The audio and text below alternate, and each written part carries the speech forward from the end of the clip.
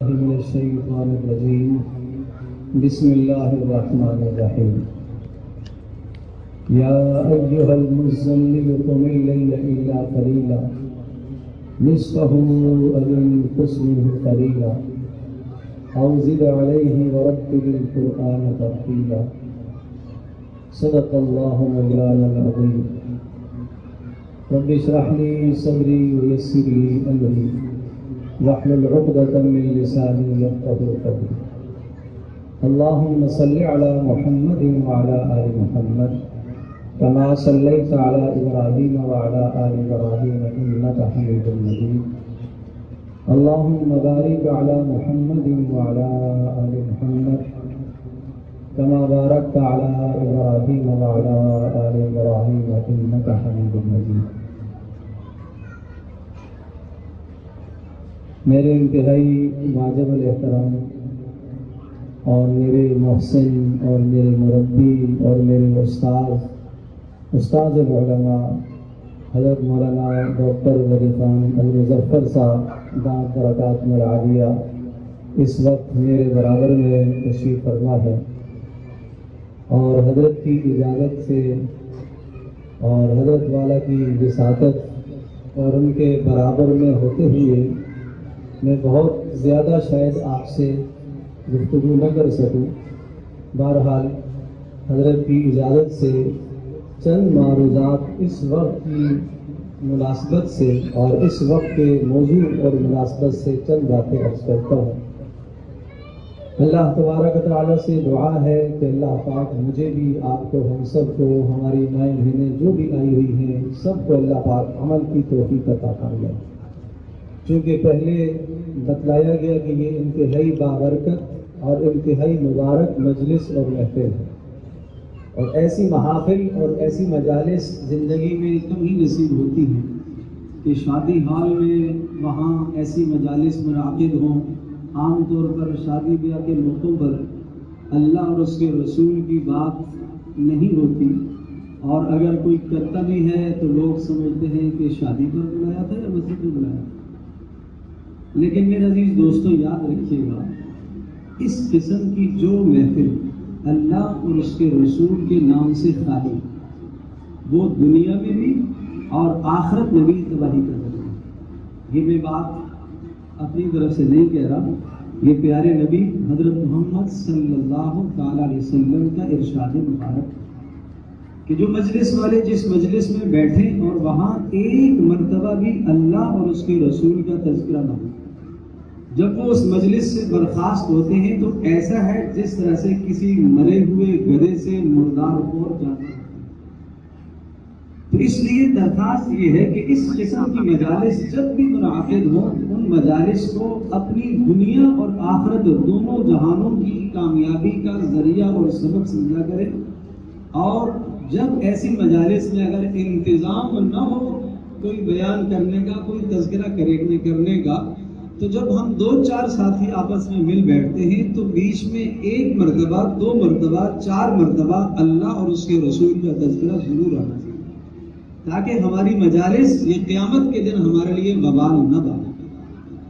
اس وقت کی مناسبت سے ایک بات تو یہ ہے کہ ہمارے محترم قاری گلزار صاحب نے جو تلاوت فرمائی ہے، یہ سورۃ المزمل ایک مشہور سورت ہے، ہر آدمی جانتا ہے، اور 29ویں پارے کی یہ سورہ مبارکہ ہے. اور اس سورہ مبارکہ کی ابتدائی جو 10 آیات ہیں یہ پیارے پیغمبر صلی اللہ تعالی علیہ وسلم پر نازل ہونے والی تیسری وحی ہے. پہلی وحی اقرأ بسم ربک الذی خلق کی ابتدائی آیات 5، دوسری وحی یا ایھا المدثر جو سورۃ المزمل کے بعد ہے وہ اس کی ابتدائی آیات، اور تیسری وحی سورۃ المزمل کی ابتدائی 10 آیات ہیں، اور چوتھی وحی جو سب سے مکمل سورت نازل ہوئی رسول اللہ صلی اللہ علیہ وسلم پر وہ سورۃ الفاتحہ ہے. تو میں اس وقت سورۃ المزمل کا کچھ تھوڑا سا حصہ آپ کے سامنے اس کے تفسیری نکات پر تمہارا عرض کرتا ہوں. اس سورہ مبارکہ میں رسول اکرم صلی اللہ تعالی علیہ وسلم کو رات کا عمل بتلایا گیا کہ آپ نے رات کیسے گزارنی ہے، آپ نے رات کس طرح سے گزارنی ہے. اللہ تبارک تعالیٰ اپنے نبی حضرت محمد صلی اللہ تعالیٰ علیہ وسلم کی براہ راست تربیت کر رہا، براہ راست اللہ پاک رسول اکرم صلی اللہ تعالی وسلم کو تعلیم سکھا رہا، اور آپ نے ارشاد فرمایا ادبنی ربی فاحسن تأدیب، میرے پروردگار نے مجھے بڑے خوبصورت آداب زندگی کے بتائے، میں دن کس طرح سے گزاروں، میں رات کس طرح سے گزاروں، میری مجلس کیسی ہو، میں اپنے گھر میں وقت کیسے گزاروں، میں معاشرے میں وقت کیسے گزاروں، یہ سب میرے پروردگار نے بہت خوبصورت انداز سے مجھے سکھایا ہے۔ سورۃ المدثر جو اس کے بعد کی سورت ہے، اس میں اللہ پاک نے دن کا کام سکھایا، دن آپ نے کس طرح سے گزارنا، اور سورۃ المزمل میں رات کا کام سکھایا، گھر میں آپ نے رات کس طرح سے گزارنی ہے۔ سنیے، یا ایھا المزمل قم اللیل الا قلیلا، سب سے بلند تر درجہ تو یہ ہے اے نبی کہ آپ ساری رات اپنے پروردگار کے سامنے کھڑے ہو جائیں، اور آپ کی ساری رات قرآن کے ساتھ گزر جائے، اور قرآن پڑھ پڑھ کر آپ اللہ کو سنیں۔ ساری رات نہیں کر سکتے، آدھی رات کر لیجیے، آدھی نہیں کر سکتے، ایک تہائی کر لیجیے، ایک تہائی نہیں کر سکتے، ایک چوتھائی حصہ کر لیجیے۔ اچھا، اتنا بھی اگر نہیں ہو سکتا تو دوسرے رکوع میں یہ ارشاد فرمایا علم ان سیکون منکم مرضی، اللہ خوب جانتا ہے کہ تم میں سے بہت سارے بیمار بھی ہوں گے، وآخرون یضربون فی الارض، بہت سارے سفر میں ہوں گے، سفر میں فرض بھی بہت مشکل سے پورے ہوتے ہیں، اور سفر میں فرض بھی اللہ پاک نے مختصر کر دیا، وآخرون یقاتلون فی سبیل اللہ، اور تم میں سے بہت سارے ایسے ہوں گے جو اللہ کی راہ میں جہاد و قتال یعنی دینی مشغولیت میں ہوں گے۔ تین مشغولیات سمجھائی، بیماری بھی ہو سکتی ہے، سفر بھی ہو سکتا ہے، دینی کوئی کام بھی ہو سکتا ہے، ان تینوں مصروفیات کے باوجود بھی فرمایا فَقْرَؤُوا مَا تَيَسَّرَ مِنْ، آپ رات گزارنے کے لیے اپنے پروردگار کے ساتھ تھوڑی دیر قرآن مجید کے ساتھ وقت گزاریں، تھوڑا سا ٹائم آپ رات کا قرآن کو دیں، وَرَتِّلِ الْقُرْآنَ تَرْتِيلًا، اور قرآن کو رات کو خوب ٹھہر ٹھہر کر پڑھا ہے۔ اس ٹھہر ٹھہر کر پڑھنے میں آپ کی زندگی بدلے گی، آپ کی ذات بنے گی، جب آپ کی ذات بنے گی تو آپ معاشرے کو سدھار سکیں گے۔ آج ہر آدمی معاشرے کو سدھارنے کی سوچتا تو ہے، لیکن اپنے آپ کو آدمی معاشرے کا فرد نہیں سمجھتا۔ رسول اللہ صلی اللہ تعالیٰ علیہ وسلم کو سورۃ المدثر میں بعد میں دن کا کام ہے کہ لوگوں میں آپ نے اللہ کا تعارف کیسے کرانا ہے، اور سورۃ المزمل میں اپنی اصلاح آپ نے کیسی کرنی ہے۔ پیارے پیغمبر صلی اللہ تعالی وسلم کو یہ اصول اور یہ رموز سمجھائے گے کہ آپ نے اپنی ذات کی اصلاح کیسے کرنی۔ جب آپ خود بنیں گے اور آپ کے اندر اللہ کا خوف اور اللہ کا ڈر اور اللہ کی محبت پیدا ہوگی، جو آپ کے پاس ہوگی وہ آپ لوگوں کو عطا کریں گے۔ اس لیے رسول اکرم صلی اللہ تعالی علیہ وسلم کو یہ رات کا عمل سکھایا گیا۔ آج بھی جو باپ، جو ماں، جو گھر کا سربراہ، جو گھر کا سرپرست یہ چاہتا ہے کہ میرے گھر میں سکون کی زندگی ہو جائے، میری نسلیں صحیح راہ پر چلنا شروع کر دیں، میرے بیٹے میری بیٹیاں میری نسلیں صحیح راہ پر ہوں، اور کسی بے راہ روی کا، کسی گمراہی کا اور کسی غلط راستے کا شکار نہ ہوں، ان کے لیے سورۃ المزمل کا بہت بڑا پیغام ہے کہ وہ رات کو اپنے پروردگار کے ساتھ قرآن مجید کے ساتھ مشغول ہو کر وقت گزارے، کچھ نہ کچھ وقت رات کا گزارے۔ اپنے آپ کو رسول اکرم صلی اللہ علیہ وسلم کا عمل بتاتے ہیں۔ رسول پاک صلی اللہ علیہ وسلم، امام ترمذی رحمۃ اللہ علیہ نے اپنی سنن میں اس روایت کو نقل کی ہے، کان رسول اللہ صلی اللہ تعالی علیہ وسلم یأوی الی منزل، آپ اپنے گھر میں تشریف لاتے ہیں۔ اب اس حدیث سے پہلے میں ایک بات عرض کروں، یقیناً آپ جتنے احباب یہاں تشریف فرما ہیں، میری مائیں بہنیں بھی سن رہی ہیں، سب کے سب یہ چاہتے ہیں کہ ہمارے گھر کی زندگی پرسکون ہو۔ کوئی آدمی شادی اس لیے نہیں کرتا کہ گھر میں چچ ہو روز، کوئی آدمی اولادیں اس لیے نہیں چاہتا کہ روز مرہ اولادوں کی طرف سے پریشانیاں ہوں۔ اولادیں بھی سکون کا ذریعہ، بیوی بھی سکون کا ذریعہ. گھر وہی انسان چاہتا ہے کہ جس کے اندر سکون اور اطمینان ہو. ہر آدمی، ہر مرد، ہر عورت اپنے گھر میں سکون چاہتے ہیں. مجھے آپ یہ بتائیے کہ پیارے پیغمبر صلی اللہ تعالی علیہ وسلم نے جس طرح سے گھر کی زندگی پرسکون بنائی ہے، اس سے زیادہ زندگی پرسکون بنانے کا کوئی ضابطہ اصول نہیں ہو سکتا جو اللہ کے نبی نے اصول اپنایا ہے. رسول اکرم صلی اللہ تعالی علیہ وسلم کی جب آپ کا وصال ہوا تو 9 ازواج مطہرات اور 9 کی 9 پیارے پیغمبر صلی اللہ تعالی وسلم سے 100% خوش ہوئے. گھر کی زندگی پرسکون ہے، باہر کی زندگی پرسکون ہے. گھر آرام کی جگہ ہے پیارے پیغمبر صلی اللہ تعالی وسلم کے لیے. کیوں؟ اس لیے کہ آپ علیہ الصلوۃ والسلام نے بہترین گھر میں زندگی گزارنے کے اصول بتائے. اب اس حدیث کی طرف آتے ہیں. کیا ارشاد فرمایا کہ رسول پاک صلی اللہ علیہ وسلم جب اپنے گھر میں آتے تو فرمایا جزل دخولہ ثلاثۃ اجزاء. آپ اپنے گھر میں جو وقت گزارتے تھے اس وقت کے 3 حصے کر لیا کرتے تھے. فرمایا جزءاً لنفسی، ایک حصہ اپنے آرام کے لیے مختص کر لے، خاص کر لے. وجزءاً لأہلہ، اور ایک حصہ اپنے گھر والوں کے ساتھ بیٹھنے کے لیے مختص کر لے. وجزءاً لربہ، اور ایک حصہ اپنے پروردگار کے سامنے مناجات اور اللہ سے مانگنے اور اللہ کا شکر ادا کرنے کے لیے مختص کر لے. تو اگر آپ علیہ السلام گھر میں وقت گزار رہے ہیں تو رات اگر گزارتے ہیں تو رات کے 3 حصے بنا لیں. دن میں جتنا وقت آپ گھر میں تشریف لائے، 1 گھنٹے کے لیے آئے تو اس 1 گھنٹے کو 3 حصوں میں تقسیم کر لیتے. 4 گھنٹوں کے لیے تشریف لائے، 3 حصوں میں وقت کو تقسیم کر دیں. 3 گھنٹوں کے لیے تشریف لائے تو 3 حصوں میں وقت کو تقسیم فرما دیں. اب سنیے، جو وقت آپ اپنی گھر والیوں کے لیے مختص کرتے اس میں کیا کرتے، کیسے گھر میں سکون پیدا ہوتا ہے، یہ رسول اللہ صلی اللہ علیہ وسلم کی بتلائی ہوئی زندگی میں بتا.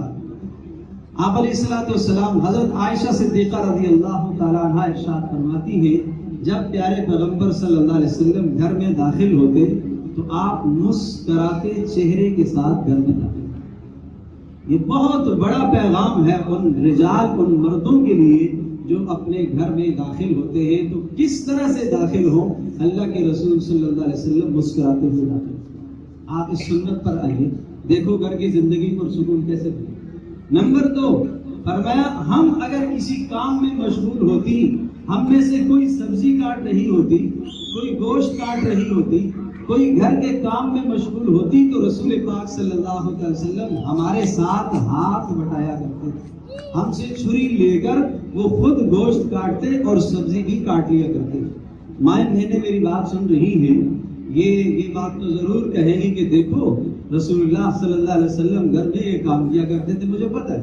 لیکن میں ماں بہنوں سے یہ بات بھی کہوں گا، ان کو یہ بھی سمجھنا چاہیے کہ اس سے یہ بات ثابت ہوئی ہے کہ وہاں گھروں میں کھانا پکتے تھے، وہاں گھروں میں کھانے پکا کرتے تھے. آج کل مائیں بہنیں پکانے کے لیے فرصت ہی نہیں ہے. وہ کہتی ہے باہر سے لے آنا، اپنے لیے بھی لے آنا، میرے لیے بھی لے آنا، تم کھا کے آئے ہو میرے لیے بھی لے آنا. نہیں، رسول اللہ صلی اللہ علیہ وسلم کی گھر کی زندگی یہ نہیں. کیوں؟ جب رسول اللہ صلی اللہ علیہ وسلم کے گھر کے اندر کھانا پک رہا اور آپ آج کے معاشرے کے اندر ماں بہن گھر میں کھانا پکاتی ہے، ظاہر ہے مسلمان ہے، اس کے دل میں اللہ کی محبت ہے، اللہ کے نبی کی محبت ہے. مجھے بتائیے جو ماں بہن بسم اللہ الرحمن الرحیم پڑھ کر ہانڈی پکانا شروع کرے گی تو کیا اس بسم اللہ کا اثر کھانے پر نہیں پڑے گا؟ جو ماں بہن اللہ کا نام لے کر کھانا بنائے گی، کھانا پکائے گی، سبزی کاٹے گی، سارے کام اللہ کے نام سے شروع کر کے کرے گی.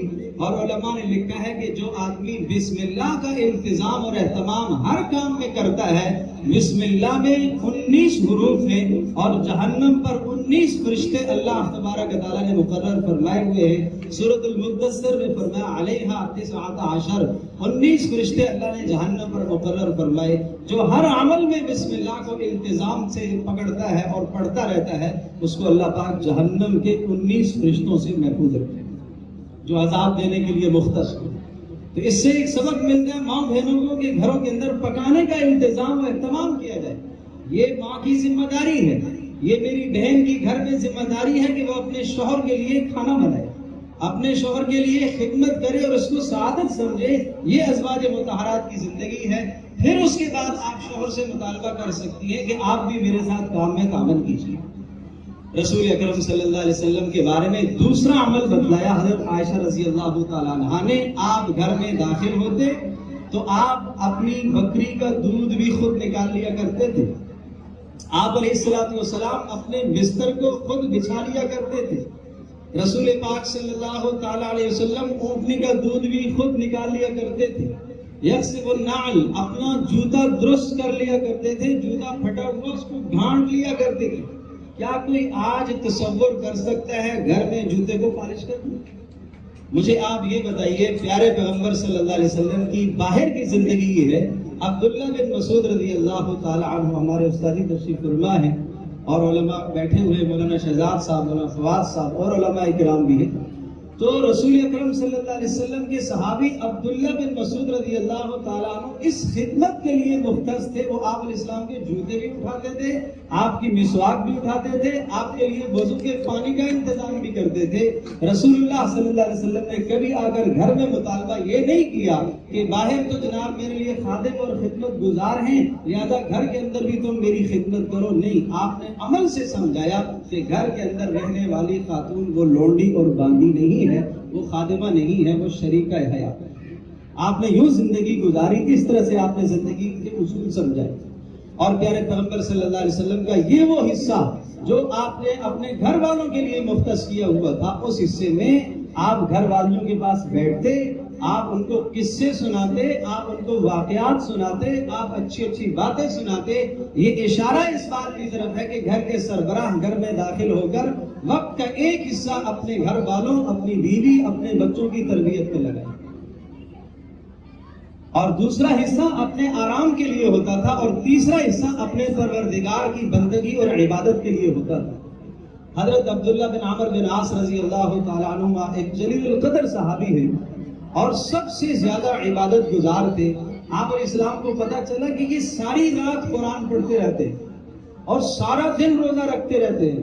عبداللہ بن عمر بن عاص فرماتے، رسول اللہ میرے گھر میں تشریف لائے اور آپ نے مجھ سے پوچھا کہ عبداللہ مجھے پتا چلا ہے کہ تم ساری رات قرآن پڑھتے ہو، کتنا پڑھتے ہو روزانہ؟ آپ جتنے حضرات تشریف فرمائے ہیں سن لیجئے گا۔ کہ اللہ کے رسول ہر رات میں ایک قرآن پڑھ لیتا ہوں۔ روزہ کتنا رکھتے ہو؟ اللہ کے رسول روزانہ روزہ رکھتا ہوں۔ اللہ کے نبی کم کرا رہے ہیں، فرمایا نہیں عبداللہ کچھ کم کر لو۔ اللہ کے رسول کتنا کر لو؟ کہا ہر مہینے کے 3 روزے رکھ لیا کرو۔ انہوں نے کہا اللہ کے رسول میں اور رکھنے کی طاقت رکھتا ہوں۔ پھر فرمایا اچھا ایسا کرو کہ 2 دن روزہ رکھو، 1 دن چھوڑ دیا کرو۔ کہا میں مزید بھی رکھ سکتا ہوں۔ کہا اچھا ایسا کرو صوم داؤدی پر آ جاؤ، حضرت داؤد علیہ السلام کے روزے، 1 دن روزہ 1 دن نہ، 1 دن روزہ رکھتے تھے 1 دن نہیں رکھتے تھے، اس پر آ جاؤ۔ ٹھیک ہے، اللہ کے رسول اس پر عمل کر لیا۔ قرآن کی بات کہا میں روزانہ 1 قرآن پڑھتا ہوں۔ آپ نے فرمایا نہیں عبداللہ ایسا نہ کرو، ایسا کرو کہ مہینے میں 1 قرآن ختم کر لیا کرو، مہینے میں 1 قرآن پورا کر لیا۔ انہوں نے کہا اللہ کے رسول میں اور پڑھ سکتا ہوں۔ آپ نے فرمایا اچھا پھر ایسا کرو 1 ہفتے میں 1 قرآن پڑھ لیا کرو۔ انہوں نے کہا اللہ کے رسول میں اور پڑھ سکتا ہوں۔ پھر آپ نے فرمایا ایسا کیا کرو 3 دن میں 1 قرآن پڑھ لیا کرو، اس سے زیادہ میں تمہیں اجازت نہیں دیتا۔ کیا کام تھا عبداللہ بن عمر بن عاص رضی اللہ تعالی عنہما کا؟ نماز، قرآن، روزہ۔ گناہ کا کام تو نہیں تھا۔ اللہ کے رسول کس عمل سے روک رہے ہیں کہ اپنی عبادت کے اندر اعتدال لے کر آؤ۔ اب اگلی بات سنیے گا، آپ نے ارشاد فرمایا عبداللہ ان لعینیک علیک حقا، یہ جو آنکھیں اللہ نے عطا فرمائی ہیں ان آنکھوں کا تمہارے پر حق ہے۔ آج میرے دوست، میرے جوان ساتھی اور میری بیٹیاں اور میری بہنیں سوچیں کہ رات کا کتنا وقت اسکرین کے سامنے گزرتا ہے۔ کیا وہ اللہ کے رسول صلی اللہ علیہ وسلم کا فرمان آج کے ماحول کے مطابق نہیں ہے؟ ان لعینیک علیک حقا، کہ تیری آنکھوں کا تیرے اوپر حق ہے۔ کیا یہ آنکھوں کے ساتھ ظلم نہیں کرتا ساری رات؟ جو ان آنکھوں سے گناہوں کے مناظر کو دیکھتا ہے، یہ ظلم اور زیادتی نہیں ہے؟ صاف صاف فرمایا کہ اللہ تبارک و تعالیٰ تمہارا ایک ایک عمل لکھ رہا. یعلم خائنۃ الاعین وما تخفی الصدور، آنکھوں کی حرکت کو بھی جانتا ہے، دلوں میں آنے والے احساسات سے بھی اللہ آگاہ ہے. اور آپ نے ارشاد فرمایا ان لزورک علیک حقا، عبداللہ باہر سے آیا ہوا جو مہمان ہوگا اس کا بھی حق ہے، اس کو بھی ٹائم دینا ہے آپ نے. اور عبداللہ ان لزوجک علیک حقا، بیوی کا بھی حق ہے. ایک روایت میں وَإِنَّ لِأَهْلِكَ عَلَيْكَ حَقًّا، گھر والوں کا بھی حق ہے، بچوں کا بھی حق ہے. جوانوں کے لیے یہ سبق ہے کہ باپ کے پاس بیٹھنا یہ باپ کا حق ہے، ماں کی خدمت میں بیٹھنا یہ حق ہے. کوئی خدمت نہیں ہے ماں کی اس وقت، کوئی بات نہیں ہے باپ کی خدمت اس وقت، لیکن ماں باپ کے پاس بیٹھنا یہ ان کا حق ہے. آج جوان کو ٹائم کہاں ملتا ہے، وقت کہاں ملتا ہے ماں باپ کے پاس بیٹھنے کا. گھر میں آیا، تعلیم سے فارغ ہو کے یونیورسٹی کالج سے آیا، اپنی جاب سے آفس سے آیا، تھوڑی دیر گھر میں جناب اپنا یونیفارم اتارا اور کھانا مل گیا کھا لیا، نہیں تو نکل گیا دوستوں کے پاس اور ساری رات گئے تک دوستوں میں مشغول رہا. واپس اس کی ماں بوڑھی گھر میں انتظار میں ہے، بوڑھا باپ انتظار میں ہے، وہ دیکھنے کو ترستے ہیں لیکن اس کے پاس فرصت نہیں. یہ جوان اپنی زندگی بھی تباہ کر رہا ہے، اپنی نسلوں کی زندگی بھی تباہ کر رہا ہے. اس لیے کہ جس طرح سے یہ وقت گزارے گا اس کی نسلیں بھی اس کے ساتھ اسی طرح سے وقت گزارے گا. یہ آج ماں باپ کے ساتھ بدسلوکی سے پیش آ رہا اور ترش لہجے سے پیش آ رہا، اس کی نسلیں بھی اس کے ساتھ اسی بدسلوکی اور اسی ترش لہجے سے پیش آئیں گی. اس جوان کو سمجھنا چاہیے، اس بیٹی کو سمجھنا چاہیے کہ اس وقت ماں باپ کی خدمت کرنا یہ اس لیے کر رہا ہوں کہ تاکہ اس کی اپنی اولاد اس کی فرما بردار بن جائے. اس لیے آپ نے فرمایا ان لزوجک علیک حقا ان لاہلک علیک حقا، گھر والوں کا حق ہے. پھر فرمایا ان لربک علیک حقا، تمہارے رب کا بھی حق ہے. آپ نے یوں گھر کی زندگی سمجھائی ہے، اس طرح سے گھر کی زندگی گزارنی ہے تو گھر کی زندگی پرسکون ہوگی. آنکھ کا بھی حق ہے، جسم کا بھی حق ہے، بیوی کا بھی حق ہے، مہمان کا بھی حق ہے اور رب کا بھی حق ہے. رسول اللہ صلی اللہ علیہ وسلم نے یوں 5 باتیں کہلا کر ارشاد فرما کر عبداللہ بن عمر بن عاص رضی اللہ تعالی عنہما کو گھر کے اندر زندگی گزارنے کے اصول سمجھاتے ہیں. تو میرے عزیز دوستو بزرگوں، درخواست ہے کہ ہم بھی اپنے گھر کی زندگی اسی طرح سے گزاریں جیسے رسول اللہ صلی اللہ علیہ وسلم نے اپنے گھر میں زندگی گزاری. پھر آپ دیکھیے کہ ہمارے گھر کی زندگی کس قدر پرسکون ہوتی ہے، کس قدر پر اطمینان ہوتی ہے. اور قرآن مقدس کے ساتھ کچھ وقت گزاریں، اس کا حق ہے اس پر ایمان لانا، لائے ہو سارے ایمان. اس کا حق ہے اس کا تلفظ درست کرنا، صحیح ادائیگی کے ساتھ پڑھنا اس کا حق ہے. جس کو اس حق میں کوتاہی ہے اس کی اصلاح کرے، کسی پڑھنے والے کو جا کے سنا دیجیے. اس کا حق ہے اس کا معنی سیکھنا، اس کا حق ہے. اس کو راتوں کو اٹھ کر پڑھنا اس قرآن کا حق ہے. یہ صرف قرآن خوانی کے لیے نہیں آیا ہے کہ فوتگی کے موقع پر پڑھ لیا جائے اور اس کا حق ادا ہو گیا ہے، نہیں. یہ وہ کلام ہے کہ جس کو رب العالمین نے حضرت محمد صلی اللہ علیہ وسلم پر اتارا اور یہ زندگی گزارنے کا سب سے بہترین اصول ہے اور سب سے بہترین رہنمائی کرنے والا اللہ کا کلام ہے. کیسے اس سے رہنمائی حاصل کریں، اس کے لیے پیارے پیغمبر صلی اللہ علیہ وسلم کی سیرت طیبہ اور آپ علیہ الصلوۃ والسلام کی زندگی ہمارے لیے بہترین نمونہ ہے. اسی لیے قرآن نے یہ آواز لگائی لقد کان لکم فی رسول اللہ اسوۃ حسنہ، تمہارے لیے تمہارے نبی کی زندگی ایک بہترین نمونہ ہے. جو بچہ یہاں پڑھ رہا تھا، جو حافظ ہوا، اس نے یہ آیت پڑھی، مجھے یہ مفہوم یاد ہے، صبغۃ اللہ ومن احسن من اللہ صبغہ ونحن له عابدون. آج ہم یورپ کے رنگ میں رنگنا چاہتے ہیں، ہم انگریز کے رنگ میں رنگنا چاہتے ہیں، ہم دنیا کے رنگ میں رنگنا چاہتے ہیں. اللہ کہہ رہا ہے اللہ کے رنگ میں رنگ جاؤ. اللہ کہہ رہا ہے میرے نبی کے رنگ میں رنگ جاؤ. اللہ کہہ رہا ہے میرے رسول کا اسوہ تمہارے لیے کافی ہے. اس سے بہتر کوئی زندگی نہیں ہے. جو اصول زندگی کے میں نے تمہیں بتائے ہیں اس سے بہتر کوئی اصول نہیں ہے. ان اصولوں پر اپنی زندگی کو گزارو. اس طرح سے رسول اللہ صلی اللہ علیہ وسلم نے اپنے گھر کی زندگی کو پرسکون بنایا. تو قرآن کے ساتھ اپنا ربط قائم کیجئے، اپنا تعلق قائم کیجئے. راتوں کو پڑھیے اس کو اور اسے سیکھیے، اس کا معنی سیکھیے، اس کا ترجمہ جاننے کی کوشش کیجئے. اور پھر یاد رکھیے گا رسول اللہ صلی اللہ علیہ وسلم کا فرمان ہے اللہ اس قرآن کے ذریعے سے قوموں کو بلند کرتا ہے اور اسی قرآن ہی کی بدولت اللہ قوموں کو پست بھی کرتا ہے. آج ہماری پستی کا سبب کیا ہے؟ قرآن کو پس پش ڈالا. اس لیے آپ نے فرمایا رسول اللہ صلی اللہ علیہ وسلم نے القرآن حجت لک او علیک، یہ تمہارے حق میں بھی گواہ ہوگا اور تمہارے خلاف میں گواہ ہو سکتا ہے. عمل کرو گے تو حق میں گواہ ہوگا اور اگر عمل نہیں کرو گے یہ تمہارے خلاف گواہ ہوگا. اللہ پاک میری آپ کی ہم سب کی حفاظت فرمائے کہ یہ قرآن ہمارے خلاف گواہ بن جائے. اور جب یہ جس کے خلاف گواہی دے دے گا میدان محشر میں اس کی نجات نہیں ہو سکتی. جس کے خلاف قرآن گواہی دے گا رسول اللہ صلی اللہ علیہ وسلم بھی اس سے بیزاری کا اظہار فرمائیں گے. وہ کہیں گے میں بھی بری ہوں جس سے اللہ کا کلام بری ہے اور جس کے خلاف اللہ کا کلام گواہی دے رہا ہے. وقال الرسول یا رب ان قوم اتخذوا هذا القرآن مهجورا، رسول اللہ صلی اللہ علیہ وسلم بھی وہاں یہ گواہی دیں گے اے اللہ میرے فلاں فلاں امتی نے قرآن کو چھوڑا ہوا تھا، لہذا آج میں ان کی سفارش کرنے کو تیار ہوں. تو اس کے قرآن کے ساتھ اپنا ربط اور تعلق قائم کیجیے. اللہ پاک ہم سب کے لیے عمل کرنا آسان فرمائے. اور انتہائی مبارکباد کے مستحق ہیں محترم سراج صاحب، اللہ تبارک و تعالیٰ جزائے خیر عطا فرمائے. ان کے پوتے نے قرآن کریم حفظ مکمل کیا اور اس کے والد محترم کے لیے اور پورے خاندان والوں کے لیے اللہ تبارک و تعالیٰ بخشش اور مغفرت کا ذریعہ بنائے. یقیناً ایک حافظ 10 افراد کو جنت میں لے کر جائے گا. درخواست ہے کہ اپنے خاندان میں ایک حافظ ایسا بنائیں اور پیدا کریں تاکہ ہماری جنت کا سامان پیدا ہو سکے. اللہ تبارک و تعالیٰ ہم سب کا بیٹھنا قبول فرمائے اور استاذ محترم دعا فرمائے. الحمد للہ رب العالمین والصلاة والسلام علی سید الانبیاء والمرسلین.